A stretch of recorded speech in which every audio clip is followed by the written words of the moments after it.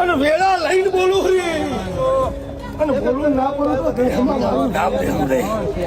આ હું રમુડાની ગાડી બોલું છું. આ વસ્તી બેઠી હે, હું રમુડાની ગાડી કહું છું. મારી વેળા કહેશે તેથી આ તારી માતા હું. આ વસ્તી